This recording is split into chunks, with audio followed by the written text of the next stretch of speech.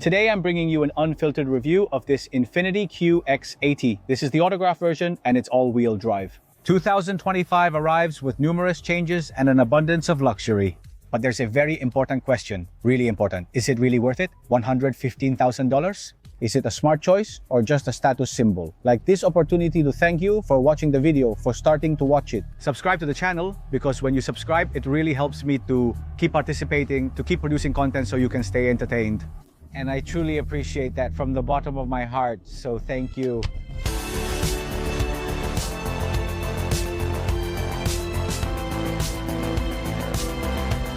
When you open it, you find a large cover that says INFINITI V6 Twin Turbo. This replaces our current V8 producing 450 horsepower and 516 pound-feet of torque. The 9-speed automatic transmission comes with paddle shifters, with levers behind the steering wheel, so it feels a bit like you're driving it in manual mode. My experience driving it is that it has a lot of power and strength. It's a psychological thing, but do you feel like it doesn't have a V8? The V8 powered acceleration was monstrous, catapulting you forward, a completely different experience from before. The power is strong. It has acceleration that's super smooth, super quiet. The color is called Radiant White, a massive grille with black chrome, because this is very shiny black chrome. The large INFINITI logo at the front with a camera. The car now features numerous sensors, air intakes, a bottom-mounted camera, and fully functional side vents with large air intakes. We have projectors here, the large LED light at the top that turns on when you get close to the car. The large sensor is located at the bottom front. It's a decoration with 2 intakes, but there's air hitting it. There's a bit of friction with the air, so that doesn't help much with aerodynamics. This does, because these are pretty large intakes, and even though it's a 4x4 vehicle, it doesn't have much height. It's a worldwide bike that can handle dirt roads, simple enough for riding to the studio. Dynamic digital air suspension. This really adjusts the behavior of this vehicle. Even when you're sitting, when you turn it on and off, you can feel it. You can see visually how it fluctuates and adjusts significantly. We have the plastic step at the bottom, all these luxury designs, the doors when they're closed, the handles to open them are right on the door. The side color is visible with a light and the camera providing a 360-degree bird's eye view. The decoration is non-functional. What these rims are? 22 inches on the sides, pretty impressive. On this side, we see it says autograph, the signature, which means it's a luxury car. Autograph, good. Look at the height of the car. The car has roof rails, allowing for storage despite the panoramic glass roof. I imagine it can be adapted somehow. This is a big, heavy car, so the doors are huge and heavy.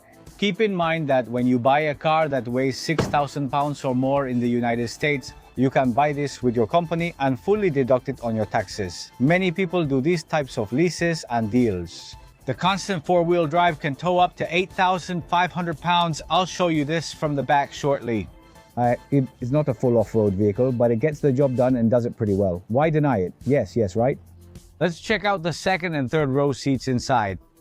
Here we have the electric buttons to adjust the seat while sitting. You can control this seat, but to access the super important part, which is the third row, we have a button here, the one on top that you just touch once, and the seat automatically opens, reclines, and creates the space so we can get to the third row, which we're going to enter now to see how comfortable it is.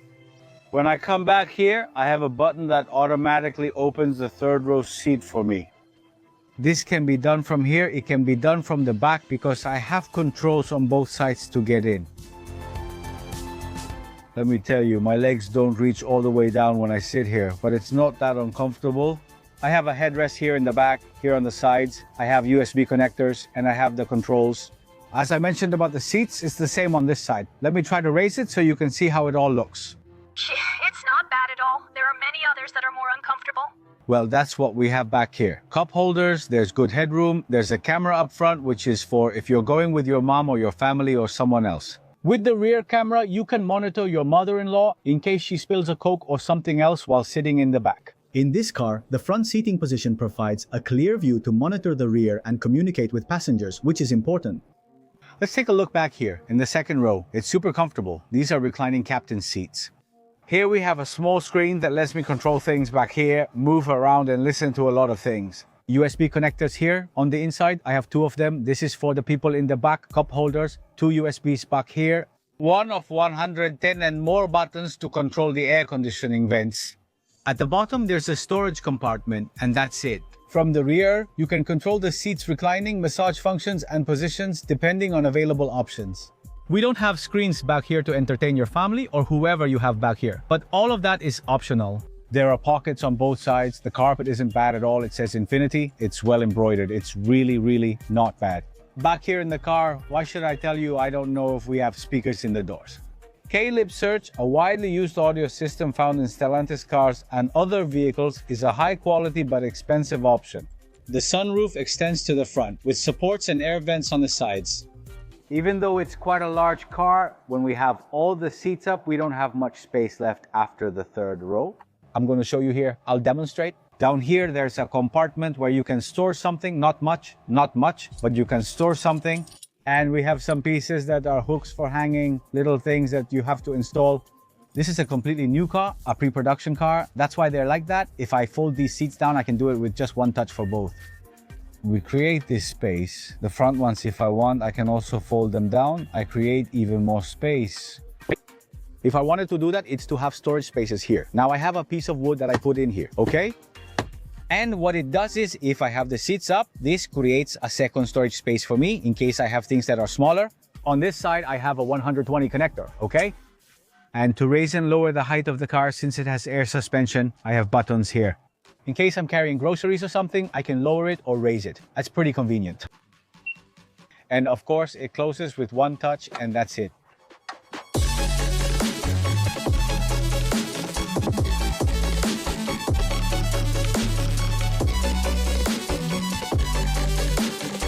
You know that this car even gives massages in the third row of seats. And in this category, almost no car gives you a massage in the third row, almost none.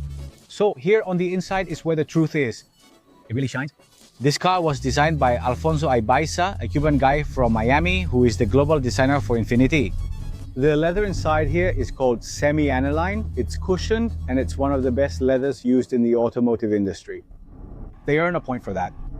The seats are ventilated in the front, ventilated in the back, and have massage functions in the first and second rows, which not everyone offers. The third row is also heated, which is not very common in this segment either. It comes with a lot of wood details on the doors and in several places, and an open roof.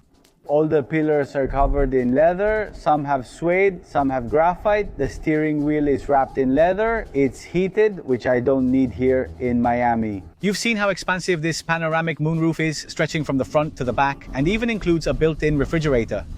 Here we have it. So you can put your beer in there, or your mother-in-law's water, or whatever you're going to give her, and it stays nice and cool. These are two screens split right down the middle, but you can barely notice the cut. 14.3 inches plus another 9-inch touchscreen that's controlled from the back. It's something called feedback. It has Google built-in, Alexa, Apple CarPlay, Android Auto, and they're all wireless. I had trouble connecting my Apple CarPlay. Despite connecting my phone and Bluetooth, the Apple CarPlay system just wouldn't work.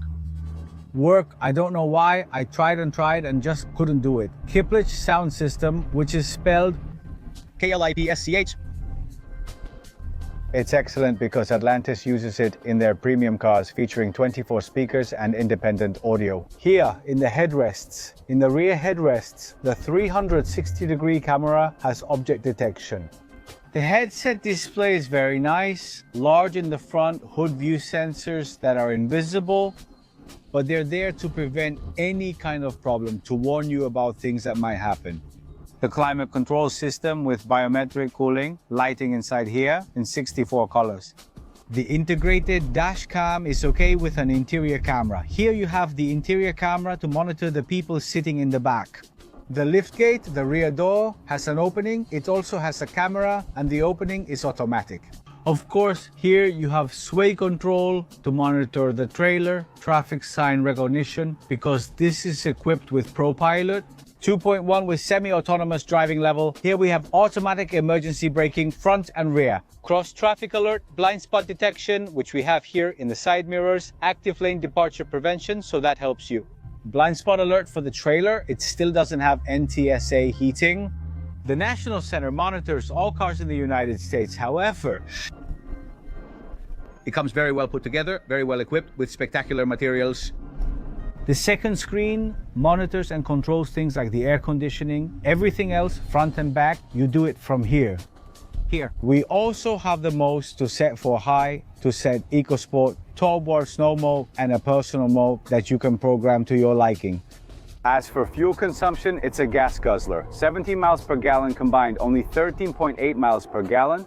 It burns gas as if gas were free. You're going to spend around $3,750 a year. With normal mileage, it would cost around $750. Shop visits aren't frequent for most people. The car is very good quality, but when they arrive, prepare to spend money, as this is a premium car. Got it?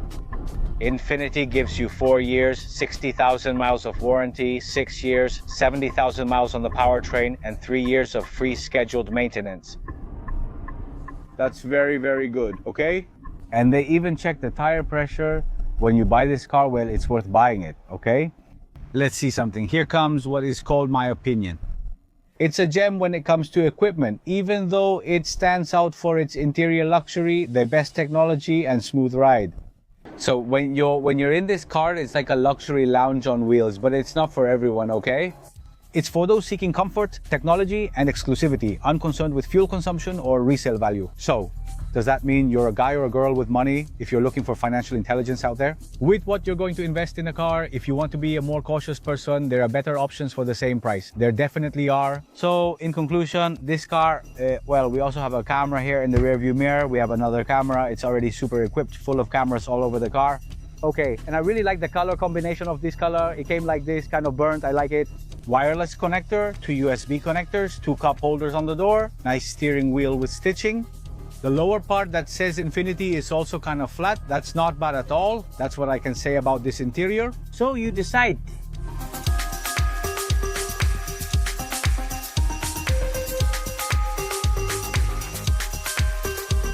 As I mentioned earlier, the towing capacity is 8,500 pounds. It has a Class 4 hatchback here with a solid 7-pin connection. The spare tire is underneath. There we see that this clicks into place. Here it closes completely. There are a lot of sensors in the back of the QX80, and it shows you that it's 4-wheel drive, Infiniti, the camera, the brake light that goes all the way around. Did they conceal the windshield indoors? I believe that's a thoughtful detail. Did they have some regard for elegance? The spoiler that comes out completely, black on top towards the outside, and the big letters, Infiniti, which doesn't look bad on it because look, even though it's full of chrome everywhere, this is a shiny black, but it's kind of matte. Don't you notice that bling bling shine it has, for example, on the front grille? For me, I think that, well, in my opinion, no, I don't really like that much shine bling bling. $115,000 if you want to try one. If you dare, I'm going to try it. Thanks for subscribing to my channel. See you next time.